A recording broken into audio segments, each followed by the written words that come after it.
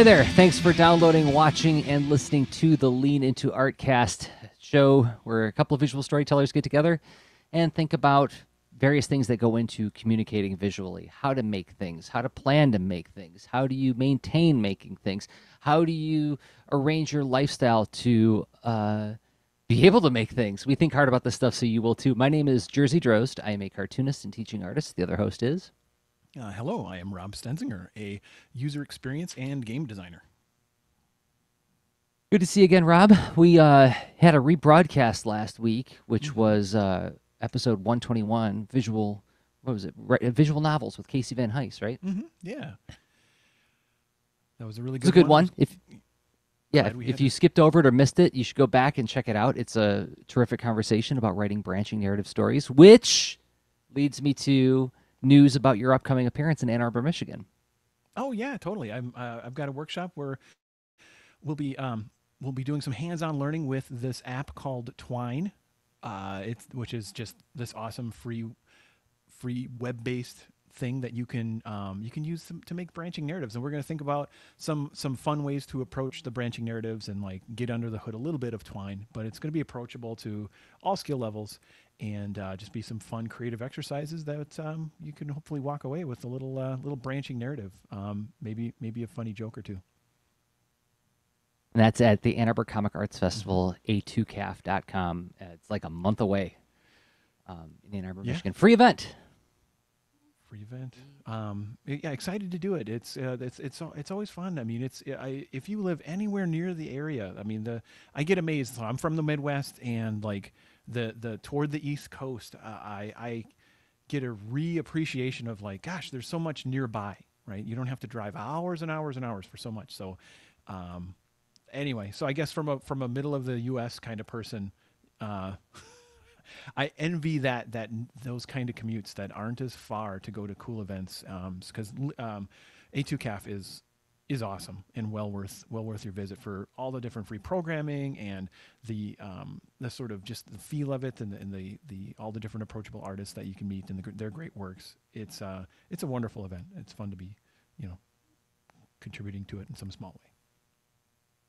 Yeah, well, no, we're happy to have you at the event. You're actually leading 2 workshops, which we will announce when the programming schedule goes live pretty darn soon now. That'll be at a2caf.com/programming. But related to this idea of participating in a workshop, showing up to a thing to learn a new skill, that's our topic this week, isn't it? We're going to talk about being a student again and trying to navigate the different concerns and rationales between when do you teach yourself how to do something versus when do you sign on for a class to do something.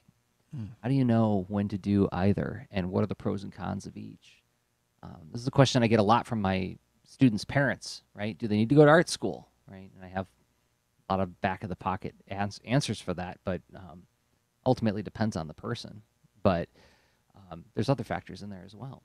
And so many, and I think we'll probably dive into, some context around this where it's not just, I imagine there may be different ways of looking at this depending on your situation, whether you're at that threshold in life where you're leaving high school, moving into, you're exploring, you're describing, going into art school sounds like that college age situation, right? Where you could be just in the midst of any stage of your career and be pondering this, and I think we'll have good food for thought. Thank you for that extra context, because this is also operating under the assumption that a lot of the people who listen to the show, a lot of people, I would guess, who consume podcasts like this one are probably in the process of teaching themselves something. They have an interest in visual communication of some sort, that their searches led them to this particular podcast. And so they've probably done their share of self-teaching and probably hit some of the hiccups and roadblocks that you run into when you're teaching yourself how to do something. And we've talked in the past about, like reaching out to your fellow people in your community, people who are doing similar work to you. But when do you know if it's time? It's like, this is going to be a lot more effective if I just sign up for something. And so, yes, not just about whether or not you should go to art school, but wherever you are in whatever stage of life you're in, but if you're in a stage of continuous learning, something we've talked about and praised on this show, how do you go about that kind of learning? So is it time to hit the music? I think it is. Let's All right, explore well this then thing. how about I hit the music? There it is. Flight controllers gonna go for powered descent. Because we're going Go. on the Fire ground, out. Go. so Guide. powered descent. Go. Control. Go. So taking Southbound. classes. Go. Ginsey. Go. Econ. Go. Search. As usual, like with a lot of these shows, the topic came out of what we're going through at any particular time. And it just so happens that I've been taking a class for the first time in quite some time. I decided to sign up for a watercolor class here in town, never having taken a proper painting class, not since like high school. So it's been a long time. Wow. Yeah. What? Okay. So what's that like? Getting back into a classroom situation. Context. I am somebody. I introduced myself as a teaching artist, which is to say, a person who teaches how to make comics. And so I've spent a lot of time with various kinds of learners, people who have never drawn a comic book before, kids and adults. So I had a lot of perspective on what I was going to go through in taking a class, especially watercolor, which was like it was the one kind of painting that I never really enjoyed. Like I did oils when I was a kid. I thought they were okay. Acrylics, really liked acrylics. Watercolor did not get it. Did not at all. I wanted to go into watercolor painting the way you would do like cell coloring and animation, and that's not the way you do it. And so I fought with it the whole time, and I had a terrible time, and I kind of threw the brushes down. I was like, I'm never doing that again. So that was part of my rationale in choosing watercolor was like, I know that this is going to be utterly new to me. I have no idea how to do it. And I know after witnessing with my students that about week 3, week 4, something clicks. We don't know what it's going to be, but something in there clicks along the way. So I was actually going to this thing with this kind of joyous anticipation of, wow, I get to be a beginner again at something. And when that thing clicks, it's going to feel really, really good when it clicks. And what's more is, and this is to quote Brandon Dayton on his marvelous YouTube channel, where he does a bunch of essays on being an artist. He talks about how when you start a new skill, the growth happens pretty fast, like in much larger increments, right? Relatively speaking, because you're starting from zero. So any growth is pretty momentous. Whereas once you get into like higher and higher level skills, the growth is much more incremental.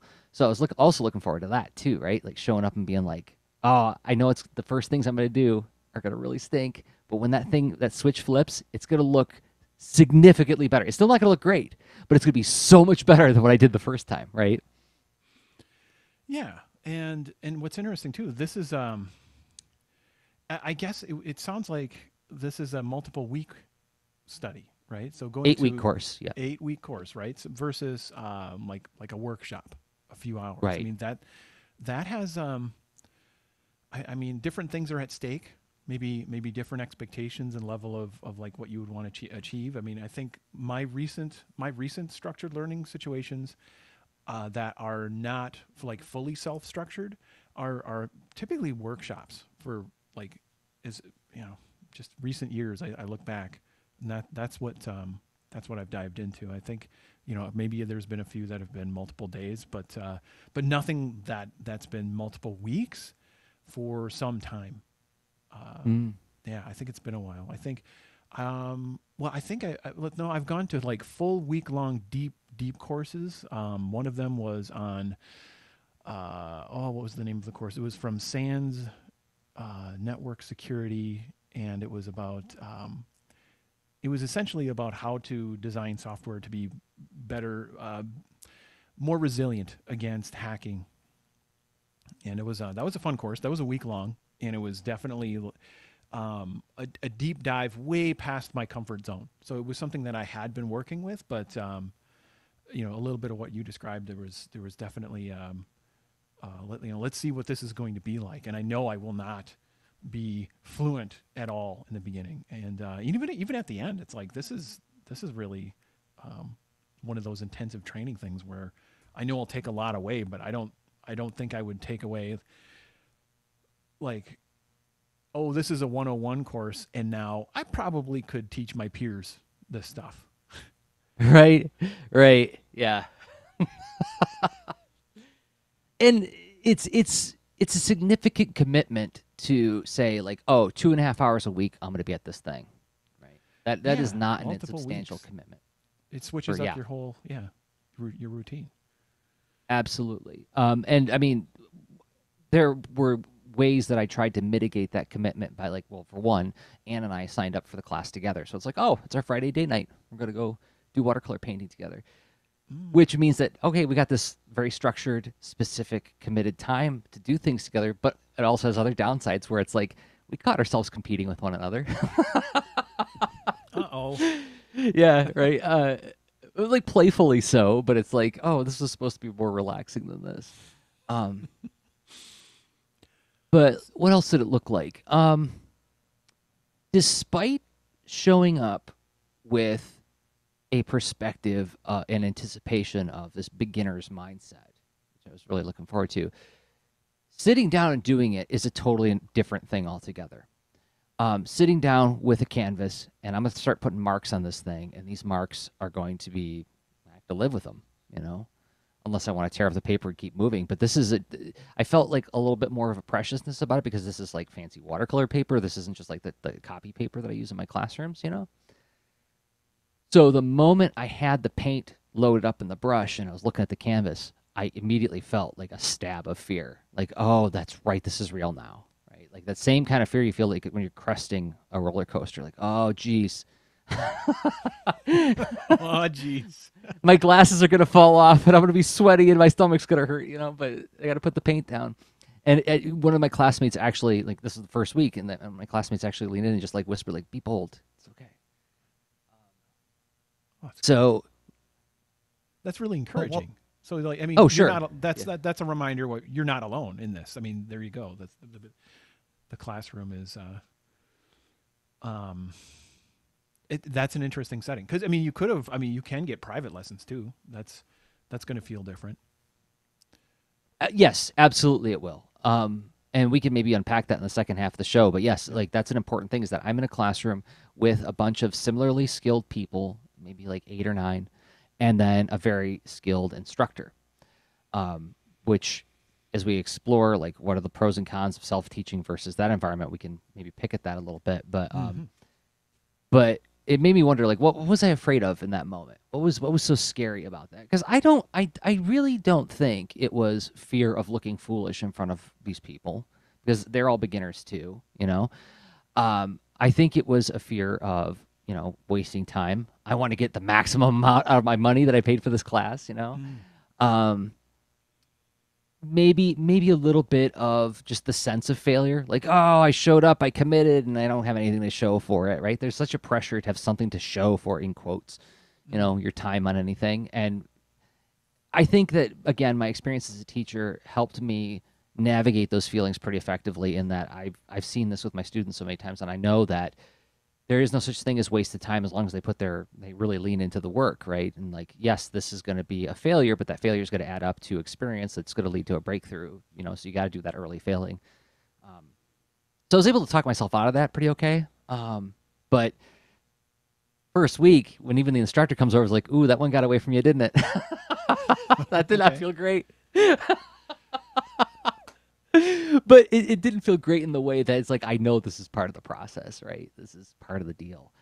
So had I signed up for this class, say 20 years ago, when I had a lot less experience making art and I didn't know that early failure was part of the process, I don't know if I would have been ready for that comment. And I think that's hats off to the instructor, because she knows me and she knows where I'm at in my art career. So I think she had like more context and safety to offer that critique.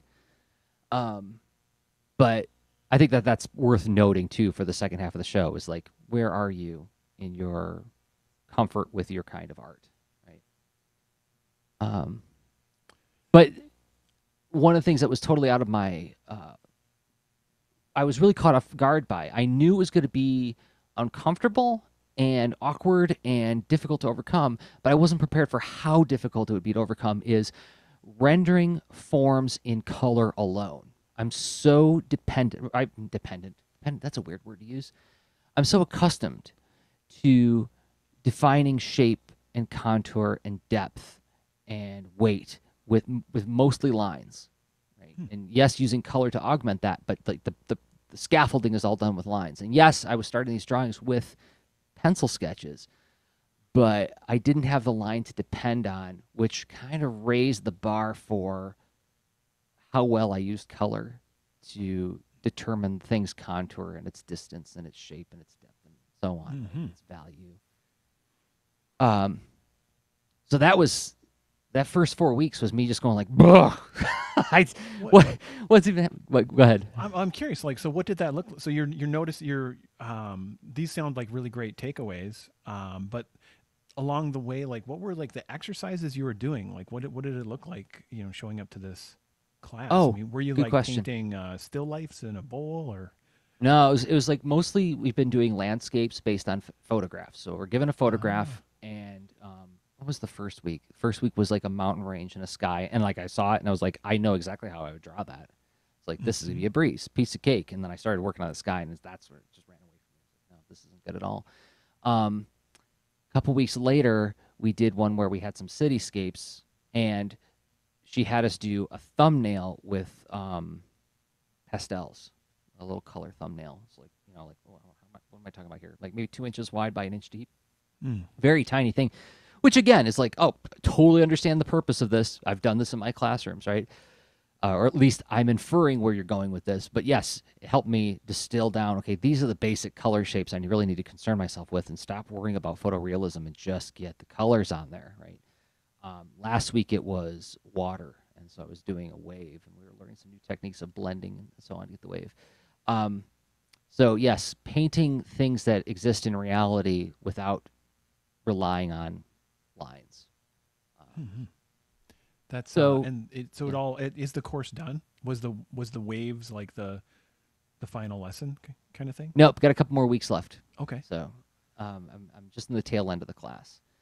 But despite all this discomfort, one of the things that happened is whenever, so 1 week we did do some kind of still lifey stuff, and I was painting a daffodil, and I couldn't, it just didn't look good into my eye. It's like I don't know what's happening here. I'm putting the right colors on. I match the color with my eye, match the shape, match the light. Why does it not look good? And having an instructor be able to lean over and go like, oh, your values are off. Look at that. If you just put like a little bit of gray there and a little bit of gray there, watch what happens. And I'm like, blip, blip, blip. Oh my gosh, you were absolutely right. It was so clear from her perspective as somebody who wasn't struggling with it. So having an instructor there can be super, super expedient to help you overcome those roadblocks, right? Or even better yet is she would come over and she would say like, well, have you tried this? Have you tried this? Here's a couple different things you can try. Like, so when I was working on my wave, and like there was like some foaming happening on the crest, and I'm like, yeah, I was trying to do, I used like a white crayon to like mask out some of the wave, like, but it didn't take. I didn't put the crayon on hard enough, and so the paint went through, and it still soaked into the paper, and so like I lost some of the shape of my foam. It's like, well, here's what you could do. You can, use this technique to try to pull some of that color out, or you could take a razor blade and scrape it over top of the painting to pull some of that color out. And she gave me like 3 or 4 different things to try, and I got to try the one that sounded like the most interesting option to me, right? So that's another thing a good instructor will do. And then finally, the thing we were talking about earlier is like having a room full of people who are going through similar journeys as you. It's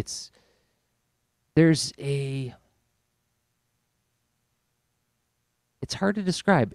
None of us has explicitly come out and said like, we're here to support each other, but the teacher has done something to create an atmosphere where everybody is very supportive, and not blindly so, right? Not like, well, you're in this class, so therefore I have to pay you a compliment, but more like they're finding the things in each other's work that are good and interesting and boosting each other up and noticing them when other people are not quite as confident, and boosting each other up that way. And even if it's something to say as like, well, you made it through another day, you made it through another session, you fought your way through, good for you.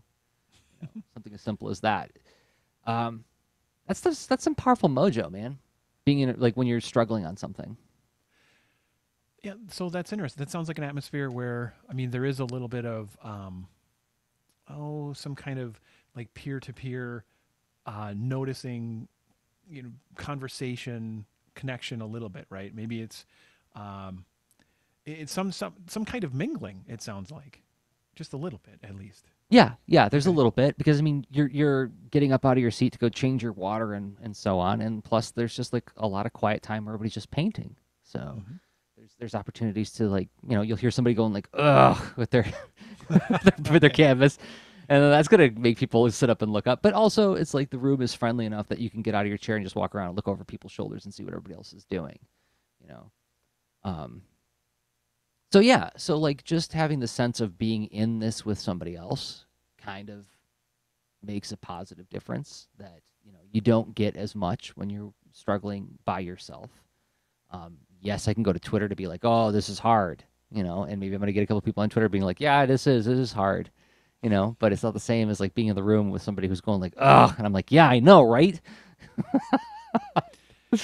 That's funny. It So is. That is a different. good example is when I was working on one of the landscape where it was like a cityscape thing. I chose one that had like pretty easy perspective on it. Like it was like, oh, I can see that's like maybe a 2 point. This will be pretty straightforward. But then this one woman across the table from me, she chooses this one that when I looked at it, I was like, ooh, that's like a 5 or 6 point perspective. Like there's so many different vanishing points going on because it's like on all these hills.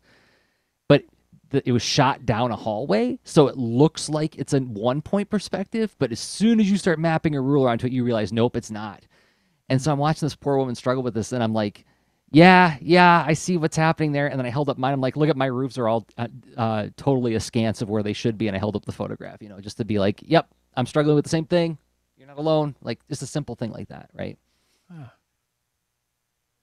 yeah, that's cool. It really that reminds me. Well, I guess another structured learning setting that I recall, though it's been a while, is I was in Taekwondo for a few years, and that's a very structured learning situation. You're not just jumping around making stuff up.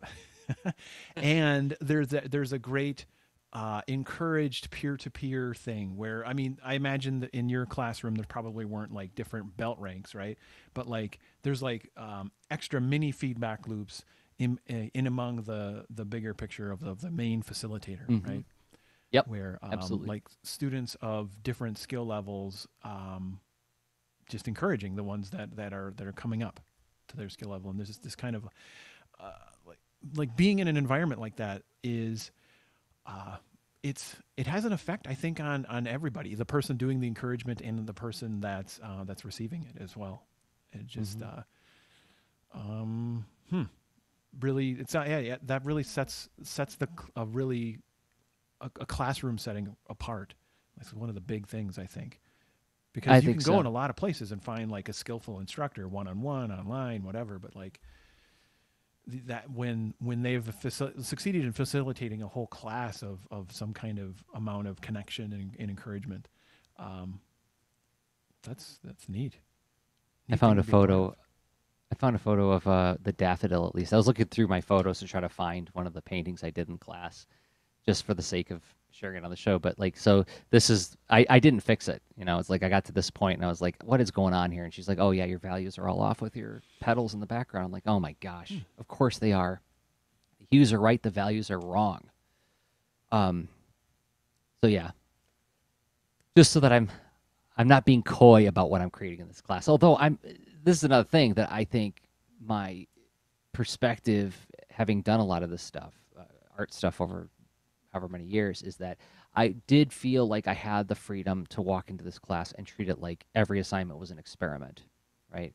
I wasn't trying to be graded. I wasn't trying to earn some kind of recognition. It was like, I wonder what would happen if, right? Mm-hmm. Okay, I don't know what I'm going to do with this tool or that tool. Let's try it. This is my hypothesis. Let's throw down the paint. That didn't work.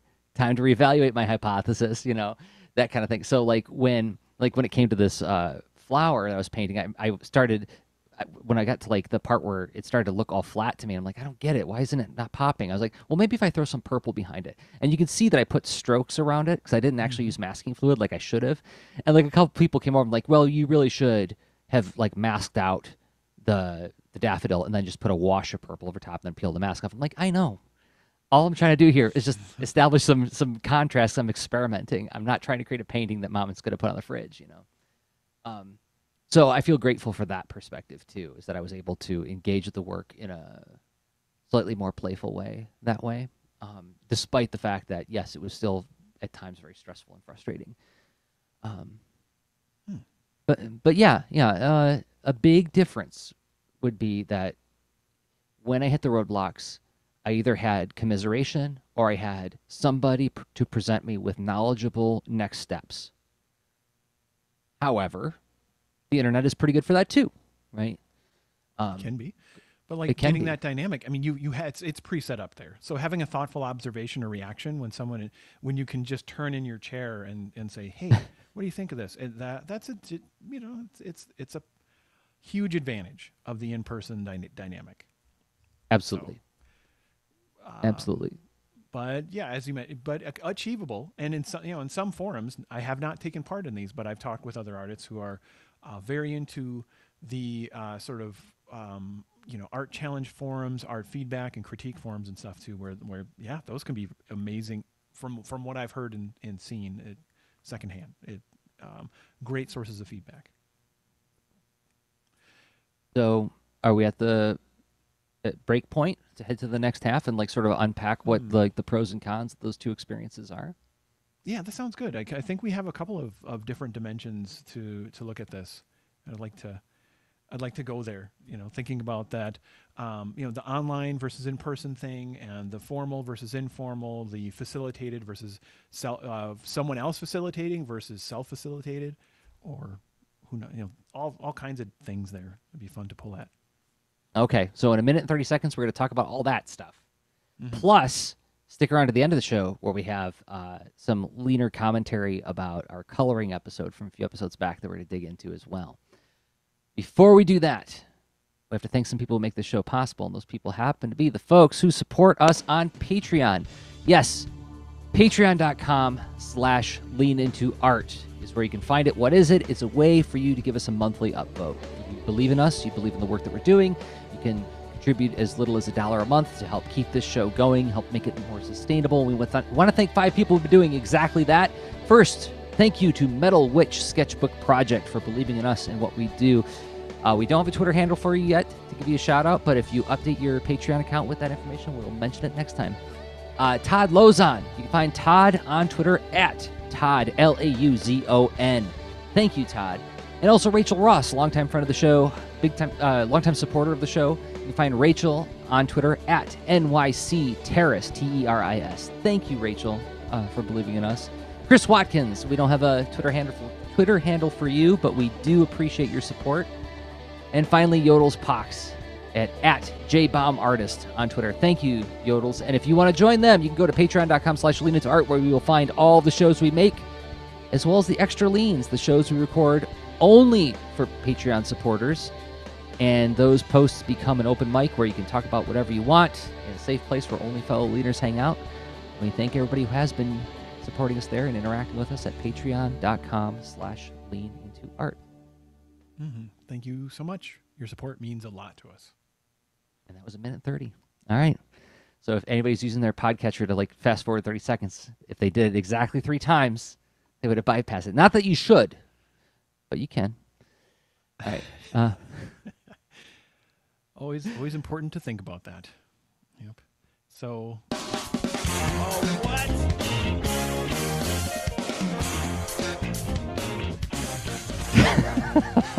So time to get excited.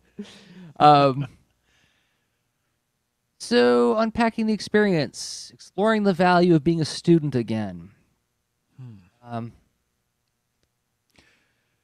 So I mean, is this so being a student again? Like when does the switch flip?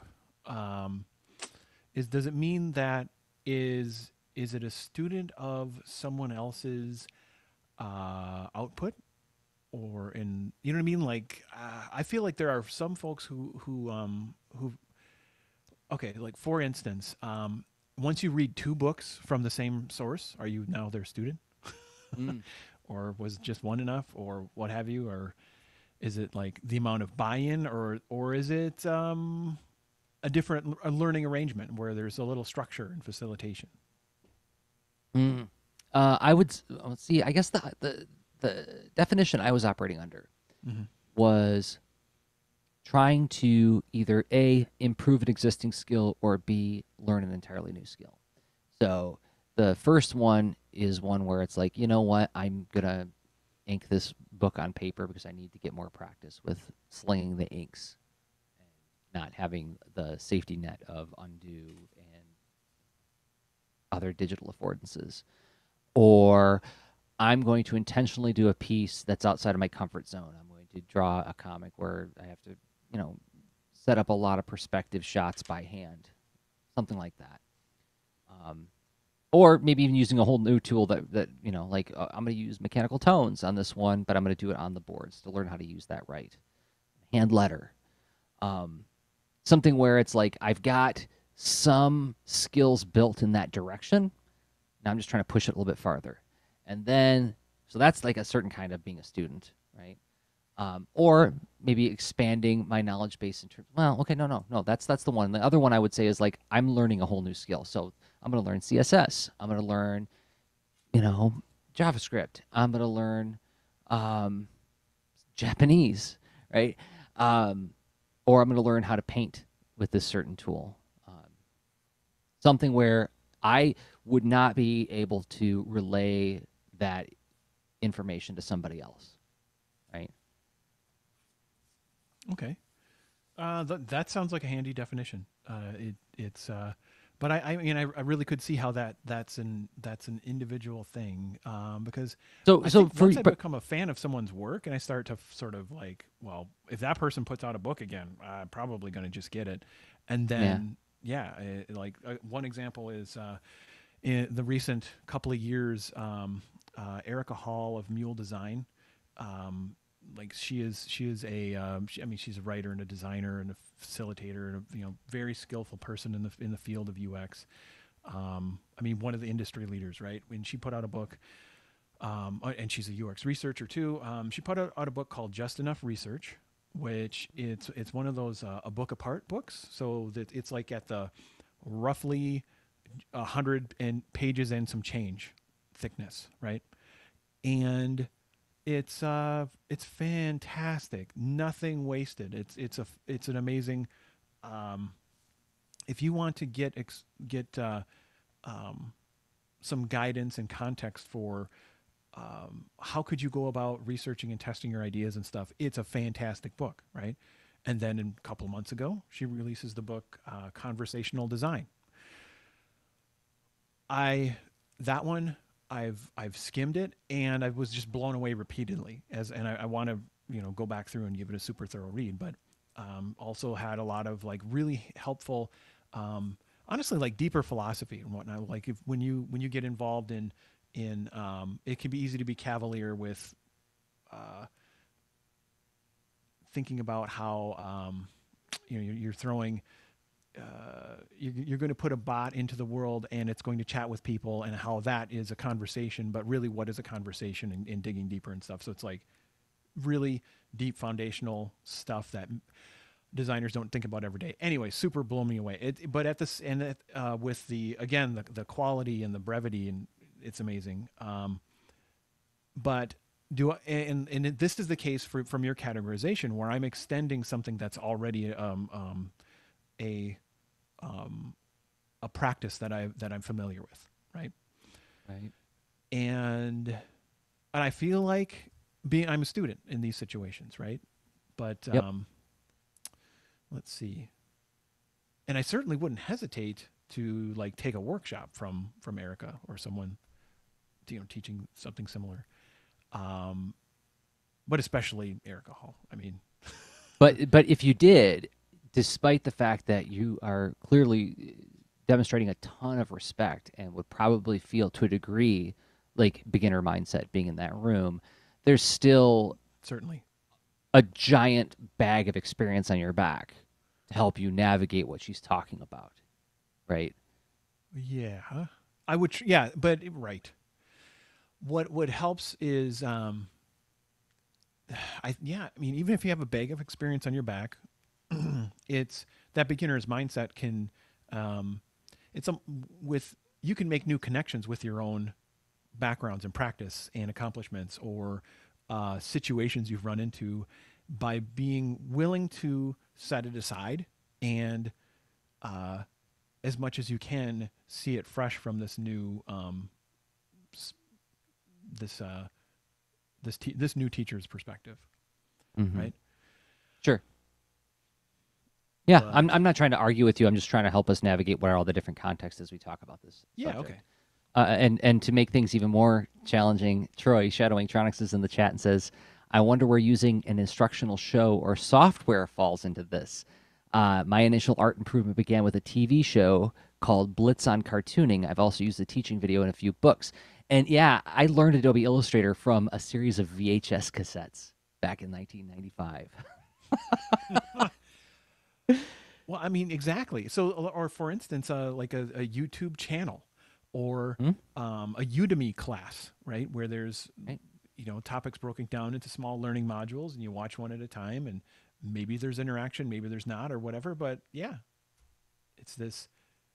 So does it qualify as, would that be under self-teaching? It's missing some of the immediate characteristics of being in a classroom. I don't feel a lot of pressure to categorize all this stuff too neatly. Somewhere in there. I honestly, might I share an opinion? Yes, That- please. I don't believe there is such a thing as self-teaching. Ah, And it's super duper my own opinion. And it's just like how I categorize that. I'm guaranteed putting, maybe I think of it as self-directed learning. Like I am you using go. my own agency to engage with material one way or the other, whether it's someone informally coming up and sharing some tips or whatnot. Like when I learned, I worked with an experienced graphic designer in one of my first jobs making web stuff, right? And what he did, he taught me because we needed to get some more assets done, and he knew I knew how to draw and stuff. So he's like, "Let me teach you." And that in those days it was freehand by, was it what Macromedia or Macromedia. yeah. Yeah, it was Macromedia. And so we literally walked through every single menu item and every thing on the palettes on the screen. So all the UI elements, and he told me what they're for. And gave me context and whatnot. It was pretty awesome. And anyway, so I like that distinction, self-directed learning, because yes, you're right. If you are learning some new things, you are certainly getting information from other sources. So you can't. I suppose self-teaching would be like no input whatsoever, and sort of coming to your own conclusions and your own heuristics, right? yeah, but yes, and I guess the closest you can get is you're trapped. You're not trapped or not trapped, but you're in the woods. You got a piece of well, okay. In your case, you're in the woods with some watercolors, and nobody's around. Not even a knowledgeable, parakeet or bear, whatever. Right? Can't ask anything or anyone. And then you make Right. your own, you through your own trial and error. But like we live in a world of so much abundant sources of different different levels of fitness for your style or learning approach. But like even with whatever quirks and interests you have, there are so many sources you can probably find something to help you nudge you along, either through like reference. Let's see. What was a couple of levels of this I wrote down? There might be. Let's see. Well, it kind of ranges from like totally unstructured, just happenstance, serendipity. You bump into things. Oh, I was doing a search and I found a tip, and now it saved me time, and I learned a little bit. To like, no, I need to go dive in, figure out a quick, narrow scope thing. Watch a YouTube video and like, oh yeah, I watched a YouTube video for how to fix a hose thing, the other day, garden hose thing. and that was just a one little slice. But then I think it goes up from there as far as experiences that have to build up over um, a set of stages of where there's a learning progression. And then I think it's just a matter of, are you doing this where you've signed up and set up where there's a separate space and time, where now you're getting outside your, there's a lot of dimensions, and I don't mean to overcomplicate it, but because you could be like, well, yes, it's scheduled, but it's online, or it's scheduled, but it's at the community center, right?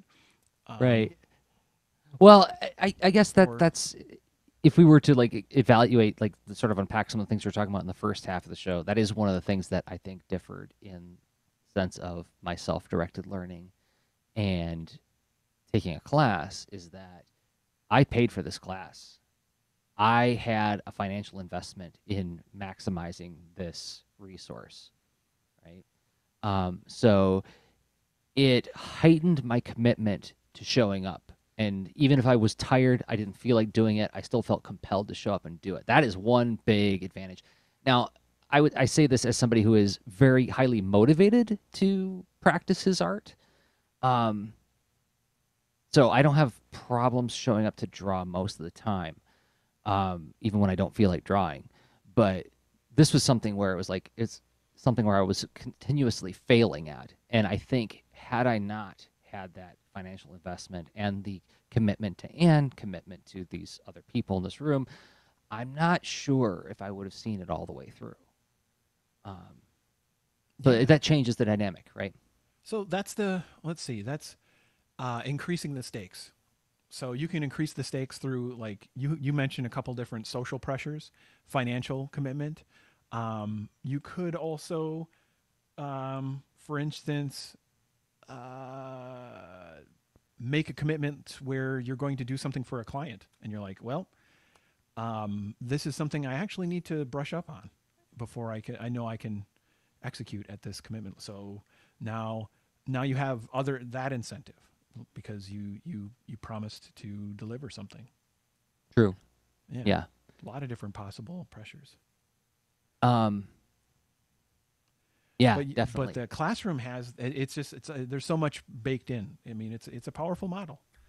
So another thing that I do weekly is every Wednesday I go to Letterpress Lab at the Ann Arbor District Library, and I post pictures on my Instagram whenever I'm working on something in there. And this is another thing where it's like I don't know doodly squat about letterpresses, but I want to, because I want to incorporate it more into the types of printing that I do for my mini comics.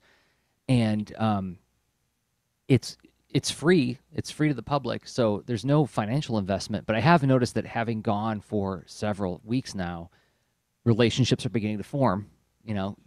Some kind of relationship. I don't want to get overly, hung up on definitions about this, but there is a sense of anticipation of seeing people that I've worked with in the past, right? Like, oh, I'm so happy you're here, that kind of thing. And this week I had to miss it because of other commitments. So it's like, okay, the pressure wasn't so great that I cancel another commitment to be at this thing. But there was a sense of loss. Like, oh, I don't get to go to Letterpress Lab this week. That sucks. But had it been something I was paying for, I probably would have found a way out of that other. So like, it's like a class that I paid for is just the right amount of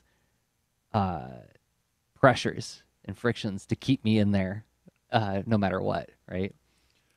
Yeah, the timing thing is another thing too, where it's not just the social thing, but it's like, everyone's going to be there at a certain time, and so it's I think it has a way of like both adding and relieving pressure, where you don't have to worry about like, well, how do I show up on the forum today to chat with everybody or whatever. There's not that ambiguity where you're just like, well, I know it's a certain day and I show up, and that's a convenience.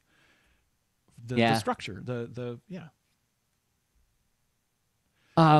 So a couple of interesting comments in the chat as well. Yeah. Let's hear 'em. So let's see. Shadowing Tronics mentions, how about copying someone's work and trying on your own to figure out what works and how to apply it to your own skills. And this is like doing this without the creator's input and commentary. Is that something called, what's it called? Master's study? Right? where I mean, think. where essentially you make your own study, your own drawing that is totally just copying someone else's work. So back in 2002, this is before YouTube, when I was trying to learn the crow quill, and this is the same situation as with watercolor. It's like I tried using a crow quill in 1996, had a terrible time of it. I was like, screw that. No, I'm not doing that again. And then 2002 rolls around, and I see the work of an artist where I was like, whoa, what are they doing with lines? And the best I could come up with is I think they're using some kind of a nib pen. I need to learn how to use that. Well, there weren't a whole lot of resources. I mean, I could go to my local library, get some books on inking with pens, which had some calligraphy lessons in there and whatnot. But it wasn't as easy to just go look up videos on the subject. And there's certainly, I had no luck in going to Blockbuster Video to find a master's course on VHS on how to ink with a crow quill. So there was a lot of that, of me copying and trying to infer what he was doing with lines. And that's how I learned the crow quill. I used to say taught myself, but now I'm thinking not to use that language. Maybe I don't know. I don't know what I did, but I was practicing and inferring and guessing and using trial and error to get at how a crow quill works based on copying somebody else's work. It all depends on what you mean by the word taught, right? Yeah. It's like there's the knowledge. You're doing the facilitation. You're doing part of the work of the teaching there, right? It's but it's also you're trying to through your own experience unbox and decompose and get familiar with this others' work by your own copying attempts, right? And that is self-teaching. I don't mean to be poisoning the word, right? I just I like having I like having a little bit of clarity. Like if we talk about that, it's not that we sit. Here comes in... Rob saying words matter, do better, everybody. Thank you. Thank you. All right. What Jerzy said. Thanks, everybody. Off the cap. Good night. Good night. Okay, can we talk about some of the negatives that I ran into with doing a class? Yeah. So negatives, more like friction points. Assignments. There were situations where I had to take it on faith that what the teacher was telling me to do was going to be good for me to know, right? And there was a lot of early resistance in my brain but if you just let me draw a picture with ink and let me try to paint the drawing that I made, this will go a lot faster. We'll all get to where we want to go a hell of a lot quicker if you just let me do that. No, I have to paint this background without black lines. All right. There's rules. There's rules. And it wasn't terribly prescriptive, but it was prescriptive enough that when I started hitting those edges of my comfort zone, I'm like, this is happening very poorly, and I'm not liking it. There was this sense of, I want to fly to my safety. I want to go to, but I know how to do this. Just let me do this. And as a matter of fact, I very intentionally resisted doing that for the first 4 weeks because I knew, again, I've seen this with my own students, like if they would just frickin' trust me every once in a while, they'd get where they need to go. It's like that, the wax on, wax off thing, right? I was so thinking of that. Yes, I mean the classic reference to that old movie, The Karate Kid, which anyway has a sequel series on YouTube right now called Cobra Kai, which I've not finished yet, so no spoilers, anybody. Yeah, and I still need to watch it before my YouTube Red trial expires. But here you go. Very Mr. excited Miyagi, to watch it. Like Daniel-san was so resistant, just like what you described, where there's this kid Understandably trying to learn karate, but then this old seemingly wise gentleman is like, hey, wax my car and sand my floors, and Daniel-san's like, I just want to learn the thing. Yeah, just show me how to do the kicks. Show me how to flip around. What are you really teaching me here? And then there's that scene on the deck where he's like, show me sand the floor, and then he starts attacking him, and like Daniel knows what to do. Oh, I gotta watch the movie again. Yeah, it's so good. I mean, that scene was really running through my head when I was doing these early lessons, and I'm like, this is very frustrating, but I know that eventually there's going to be a sand the floor moment. I'm trusting that that's going to happen. And it was last week when I was doing that wave that like some of the blending techniques that she was showing me, I was like, oh my gosh, I get why you do that now. I get why you wet this area first, then go to the dry area with your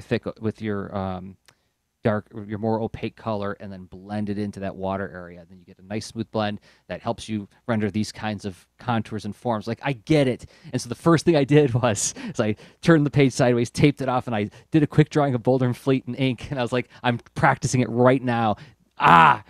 Suddenly I'm able to do that kind of painting much more effectively than I ever would have had I used those lines as a crutch, right? So it was that moment, which it took me 5 weeks to get there, or five 2.5 hour sessions, but it felt really good when it happened. Getting out of your comfort zone, right? I mean, that is, it's very Captain Obvious, but like there's some kind of safety that then when you take that away, I mean, you notice it. It's like, this is how I do things. I mean, if I'm trying to program in a language I don't like, if I'm trying to program or I'm not as familiar with yet, or if any kind of thing where I have to pick up another tool, like I've been I very slowly but surely have been adopting and studying the whole Unity 3D, right? And I'm not making a 3D game, but I'm making a 2D game. But still, it has so many upsides working in this particular tool, but yet these things I was very resistant to, because how it approaches the whole domain of building games, it's different than anything I've worked with before, and I was resistant. And it's just like that. It's that there's a tension, and so like learning their way to do things was, it's just not that satisfying at first. Right? What's satisfying is getting it done and like doing the thing that's familiar. Gosh, that is the sentence that I want to underline 3 times in black crayon for everybody, like what you just described there.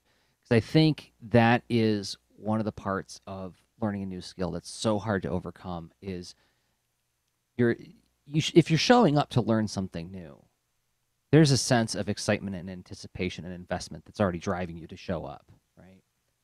But the next problem is that you're looking forward to the results, and you're looking forward to the satisfaction. And that satisfaction sometimes, at least whenever I'm learning new things, is long fought for, right? and it's all well and good for us to say, well, you have to enjoy the process. Well, it's really hard to enjoy the process when you're fumbling. Well, I think about when I was visiting you in January and we were playing Overwatch, and you saw how much trouble I was having with that game, Rob. What do they call those kinds of games where you have to use both sticks to like move around really fast and shoot like a million people? It's a first-person shooter, but that one in particular it's called a hero shooter. But yeah, but like unlike like Metroid Prime, where it's like I can like move around slowly and like I can lock on something and scan it and then read something. Oh. It's very, very low. Even like the combat in that is pretty slow pace compared to Overwatch. Overwatch was like, what? Whoa, there's a guy there now? Whoa, there's somebody under me? What happened? I'm dead. Oh, I'm dead again. And like it when you're in a situation where it feels like nothing you do is contributing to the satisfaction, it's really hard to say, love the process. That's bitter medicine. Yeah, totally. And honestly, then some of the listing the some of the negatives, going back to the positives. I mean, this helps pull you through, where you're like, well, I said I'd be here. Well, I spent my money. Well, there's these people that I kind of like seeing what they're up to and them seeing what I'm up to and stuff. And okay, we'll get through this. So, yeah, I would say, I mean, I don't think I don't think that this is rude of me to say, is that like, if you have trouble signing on and sticking with it, like paying for a class is a big, a nice clear way to provide you with an incentive to stick around, right? Sunk cost. So. Yeah, true. But then, like, going back to a more positive thing is like the thing I was talking about earlier is that like it turns out that being in a room full of people who are struggling with what you're struggling with has a very tangible psychologically buoying effect, right? Of course it does. It makes sense that it would, but You're as not you alone. described, You're you're sane. not alone. This pain is sane. It's okay. Like these other people are going Oh through my God, different yes. things. Yes, you are not crazy for feeling frustration at this thing. Mm-hmm. And if you have a good instructor, they will also reassure you of that, right? But like they'll acknowledge that what you're going through is intense, and they'll remind you that you can do it, right? But then, that even that aside, like just having somebody else in the room going like, I know, and I think you were describing earlier, we live in this age of information abundance, but it's also very isolated, right? It's like I'm doing a lot of research. Like when Ann and I were doing our research on rockets, which we're going to talk about more in a minute, it was in libraries, just the two of us quietly reading. It was us reading articles online. It wasn't in this buoyant, vibrant, everybody's trying hard at this thing kind of atmosphere, right? And I guess that's just a different kind of research altogether. But what I'm trying to describe is that, like, yeah, we have access to all this stuff, which says, oh, you can do it anywhere. Well, yeah, you can do it anywhere, but there's something about being in a room with other people who are also doing it and being able to turn to them and like hold it up and say, like, what am I missing, right? I did that today. I was working on a pitch for a project, and I was talking to a friend on the phone. I was like, I think I'm going to do this. He's like, oh, yeah, but what if? And he said 2 words. I was like, oh, my gosh, that's it, right? But he wasn't standing in the thick of it with me, right? He was standing at a great distance, and he was able to find that one little fulcrum point that I couldn't see. So, yeah. Yeah. So that's that's a really good point. There's something to just finding some way to get that connection and commitment and feedback when you are doing self-directed stuff. But I mean, honestly, like a classroom or like, I would suppose that, there are courses where you can go through like a week by week thing, like some of the things that like Tyler James does on Comics Tribe or other, I mean, I've seen other courses do that, or like way back when we started Lean Into Art, we did 30 classes in 30 days, right? So And when back that then, brought a lot of people together online, and it did. yeah, And I was thinking about that as I was just describing what I was describing, in that I remember when Google Hangouts first started. What was that, 5 years ago now? Holy cow. Maybe more. Was it more than that? Anyway. yeah, somewhere. They really promoted it in its early days as just like you would go on your porch to say, I am ready to receive uninvited guests. I'm on the porch. If you want to stop and chat with me, let's do it. Remember? That was the metaphor they kept using back Yeah, then. you're right. You're right. Yeah. And that's what a hangout is. You open up a hangout and you're just saying, I'm available to hang out. Whereas, like, when you go in your house and shut the door, that's you saying, if you want to talk to me, you're going to have to go through the, the formality of knocking, right? So I got excited about this notion of, like, boy, wouldn't it be cool for those of us who work remotely or work in our own little studios to be able to just turn Hangouts on at, like, a certain amount of time. So, like, instead of having a classroom, it's like, okay, from 2 to 6 on Wednesdays, we 12 people, and I'm sure some people do. Well, David Say was talking about this when he was on the show a few episodes back. You have like this shared workspace kind of thing where you just turn on the Hangout and just work. And if you want to interact with one another, you can. I've tried doing that a few times, and I feel like I and the fellow cartoonists who I've tried this with have felt a pressure to talk because we have a chat thing open. So, of course, we have to interact. It's weird to have a video running watching me while I'm drawing, right? But it makes you wonder if like a class could be run that like way. Like, what if you ran an online? And I'm sure I'm sure there are people who are doing this where like the thing that I found exceedingly valuable about being in a classroom experience was there was the 20 to 30 minutes of demo and instruction at the top of the class, but then the rest of it was just us painting and the instructor coming around and like sort of looking over our shoulders every once in a while and just offering guidance. Or we could turn to them and say like, hey, what's going on here? What am I doing wrong? But then there was also that kind of like spontaneous interaction amongst people. That's the thing that I feel like real life has well over the top of online interaction. You're right. Yeah. Online tries to approximate, but there are, you have the different trade-offs. So that's, Like for me, it's the online shared class thing is tough. Online solo, pretty interesting. Like I've been going through a variety of videos with related to Unity and whatnot, but I'll do this on the treadmill at the gym or whatever, right? And I mean, Kate makes fun of me because I'm like watching stuff about like because I'm also using the Unity asset called the Corgi engine, right? So I'm like, anyway, it's which is a it, it's like like a set of tools that really makes it easier to make a 2D game in Unity, right? And it's a big productivity boost, but there's a lot of ins and outs with these tools, right? So anyway, so wow. Yeah, it's a dedicated time and a place, and it's not really the social thing, but again, power there is an advantage to the flexibility of those, of the digital presence tools. No doubt about it. No doubt about it. The flexibility of time shifting and having a flexible schedule, because we are also talking about, most of us are living in a time where we don't have a lot of discretionary time. How do you fit that in? Mm-hmm. So this would be the scales that I would describe, is like, do you have some flexibility in terms of there's an hour you can move around the week at any given time, and like you just have to be like really, really judicious about making sure that that hour does fall someplace, right? Mm-hmm. Or would having that hour as defined by a class sort of make you make that choice of letting other things fall off, right? I'm prioritizing this thing. It's on this day and this time. Therefore, if anything bumps up against it, it falls off, rather than me having to constantly negotiate for where that slot falls. I do both.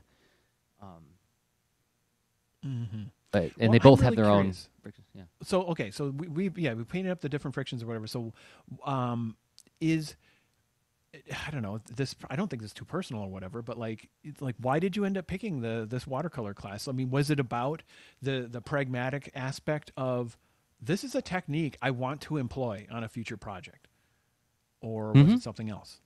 So what it was it was born out of a couple different motivations. A initiating motivation was earlier this year. I was doing a series of Boulder and Fleet art drops while I was in a bowling league. Right. So there's another thing that, like, here's a thing I committed to once a week to be social and not be so focused on my work, but yet I still bring drawing into it because that's how I feel most comfortable and at ease in communicating with people. But I was drawing them, and they're on my Instagram. You could just do a search for the hashtag Boulder and Fleet on Instagram. I was doing pen and ink, but then I was coloring them with crayons because I felt like there's a low enough bar to clear with crayons where it's like, just stay in the lines. That's all you really got to do. And so, but I was doing some different blending techniques, and I kept, as I did more and more and iterated on them, I was trying to play with, like, okay, well, let's play with light and shadow. Let's play with focus. Let's play with, creating a sense of drama. And somebody on one of the social platforms said something really kind about one of the pieces when I dropped it. And I was like, they were saying something about how well I blended the colors and how good the colors were. And I was like, yeah, you know what? You really reminded me that I need to take a proper painting class so I can actually understand what I'm doing when I'm doing this. Because right now I'm guessing. I'd like to know what I'm doing.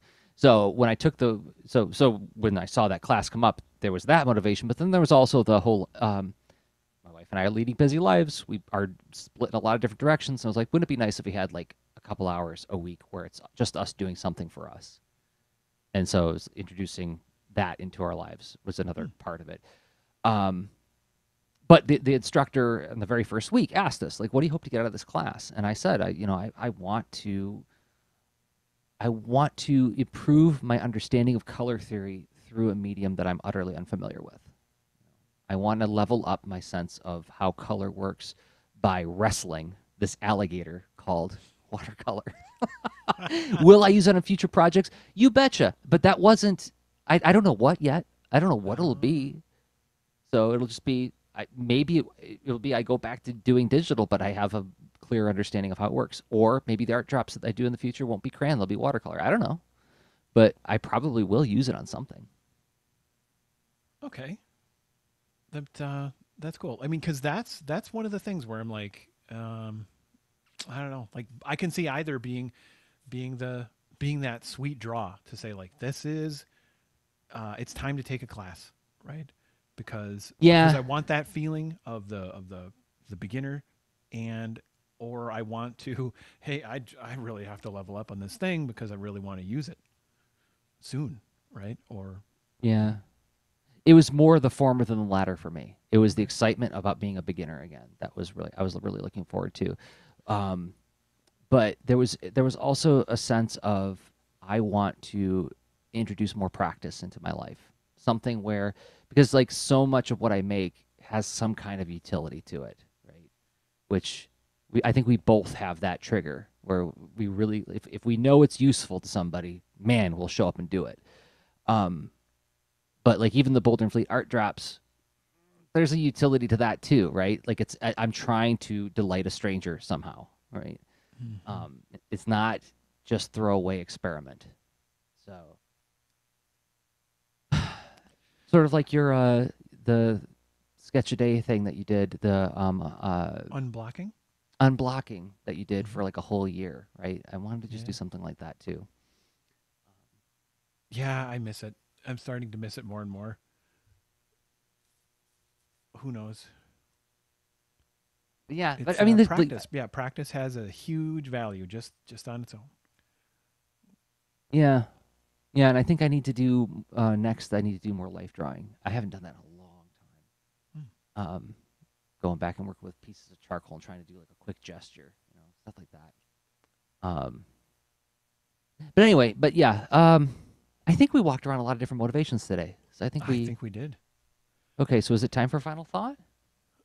Yeah, I think we should go there in like a minute or a minute and a half. I'm not sure how long it takes us on this part, We should but time it's worth ourselves it. sometime.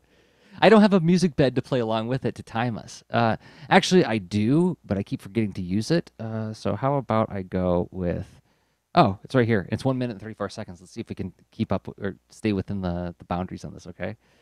Okay. So time to thank some more people who make this show possible. Those people happen to be us. We introduced ourselves as people who make stuff, and this is the stuff I make.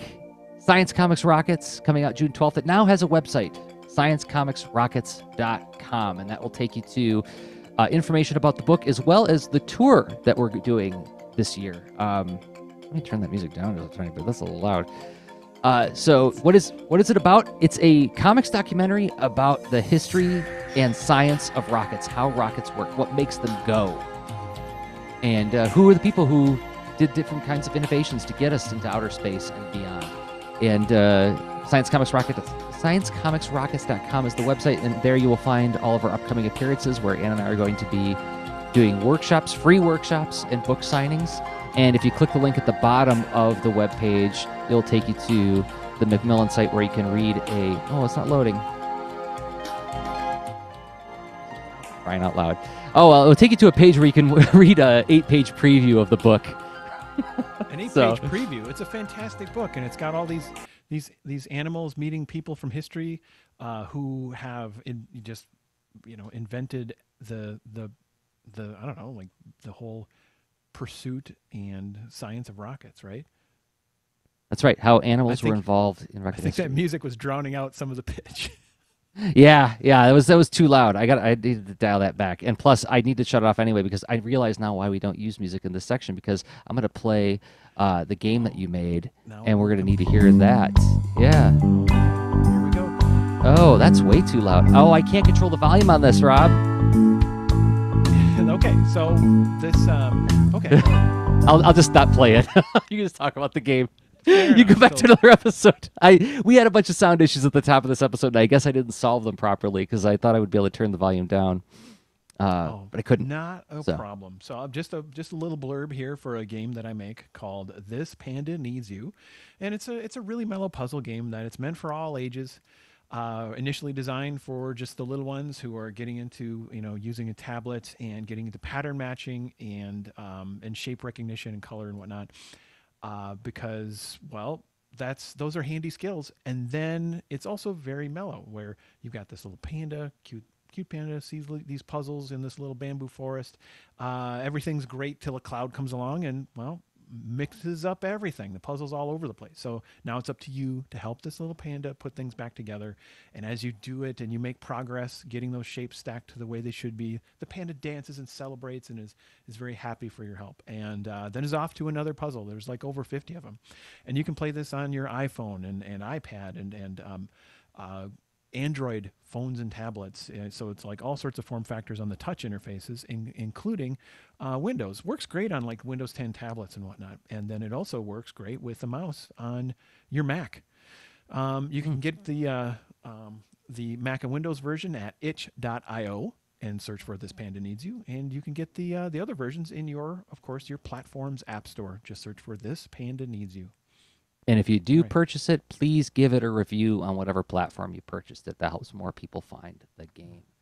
But if you're here because you like the way we think about things rather than the stuff that we make, that's fine, because this show is a thing that we make. And we have more things like that at leanintoart.com/workshops. Speaking of teaching how to do things, I've got comics workshops there, comics lettering workshops. Rob's got UI workshops, making video games from your comics workshops, and even turning jokes into comics, Laughing Yeti, Monkey Spaghetti. You can download them at a price of your choosing, even free. If you do get some value out of it, though, a nice thing you could do is maybe go ahead and go purchase it. That's like giving us a tip, or purchase it for a friend. Let a friend know about this thing. Hey, I got a lot of value out of this thing, and maybe you will too. If you're watching the video on YouTube right now, giving it a thumbs up helps more people find the show. That costs you nothing, except for just the time it takes to make a click. If you listen to it in a podcatcher like iTunes, Apple Podcasts, or whatever, giving the show a 5-star review there helps more people find the show as well. And we appreciate everybody who has been doing all of those things. It means a lot to us. Mm-hmm. Very much. So I guess our final thought, we have a really handy reply to our recent episode on comic coloring. Coloring comics. A few episodes back, and I think in the episode, one of us said, like, oh, I wonder what Owen Jolens is going to say about this one, because we know that he is a professional comic colorist. That is his handle on Twitter, comic colorist, 2 C's in the middle. And he's done a lot of work for, the big superhero books that everybody reads. Knows his way around a Photoshop. And I was grateful that he shared so many thoughts with us. And do you want me to just go ahead and read them, or do you want to read them? Either way. Go for it. Okay. Owen says, I thought this was a really good demo. Finding quick ways to get colors laid down can be a frustrating experience, particularly if you also want it to look like a finished product that didn't cut corners. Yeah, that's a big part of it. For me, that the biggest fundamental thing I try to keep in mind when coloring is that the colors are always a very distant second place to the values. Hue is like, whether it's orange or if it's red or if it's purple or if it's blue, right? Those are different hues. Value is the darkness or lightness of the thing. So that's the distinction he's drawing here. The most useful thing I think colorists of all levels can do is check for lazy habits that might have crept in or ways to improve, is to take a couple steps to focus on values. I don't know if this is available in Clip Studio Paint, but in Photoshop, I often set up a second window for the page I'm coloring. This mirrors my work on a second screen, and I set the proof colors on that second window to the working grayscale. This lets me track my values in real time as I color the page. Yes, as an aside, you can do that in Clip Studio Paint. You can open up a second window, and you can set the color space to, there's like a, I forget what it's called. I'd have to open up Clip Studio Paint, but you can set the preview colors to be like what CMYK would look like, what grayscale would look like, and I do this to check my values as well. I should do it with every page I do, and I don't. Thank you for reminding me of this, Owen. And then he says, I spend a little more time on my flats in this setup and try to make sure that I have a strong value structure from the outset. Such a great idea. I aim to emphasize the things that I want, minimize where appropriate, and bring focus and depth to the relevant elements in the panels as best as I can manage. I'll hopefully achieve this with as close to a 3-value structure as possible, parenthetically, darks, mids, and lights. And then, as I'm working, I will constantly remind myself to keep the darks dark and the lights light, meaning the lightest area in my shadows is still darker than the darkest area in my mids, and the lightest part of my mids is still darker than the darkest part of my lights. That is an awesome thumbnail. I'm gonna read that one more time, because I think that this is definitely underline. I am totally taking this home and going to use this all the time. I will constantly remind myself to keep the darks dark and the lights light, meaning the lightest area in my shadows is still darker than the darkest area in my mids, and the lightest part of my mids is still darker than the darkest part of my lights. Paying more attention to this one basic principle was the biggest single booster for my coloring in recent years, and definitely something I wish I'd paid more intentional attention to earlier. Owen, thank you for sharing that. That is so awesome. I really want to learn this as well. Like that sounds like a fantastic lesson that he shared. Yeah, And and essentially having 3 zones, 3 sections, and then having them have have integrity, where it's like they don't sort of flop over into one another. That's pretty great. McDLT coloring. Dark, hot stays hot, cold stays cold. We haven't mentioned the McDLT in a long time.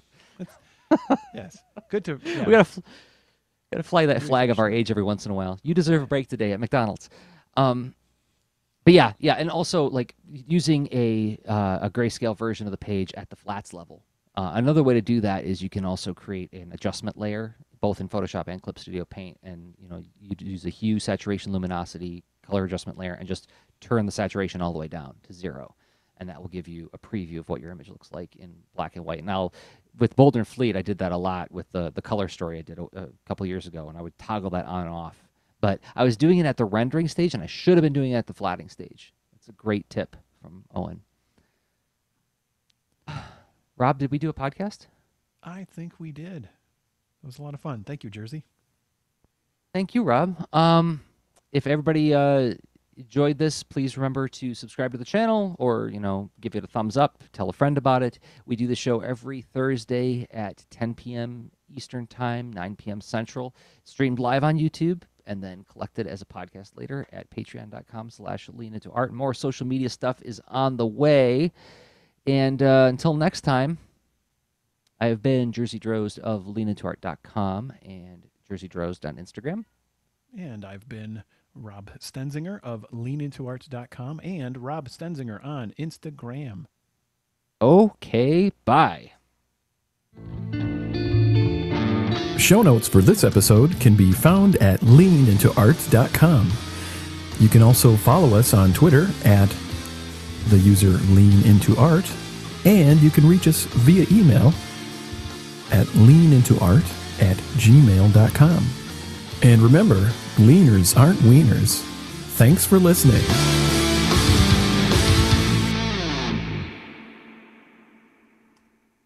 Okay, I'm going to shut down the stream. Thanks, everybody, for hanging out with us tonight. Yeah, thanks so much.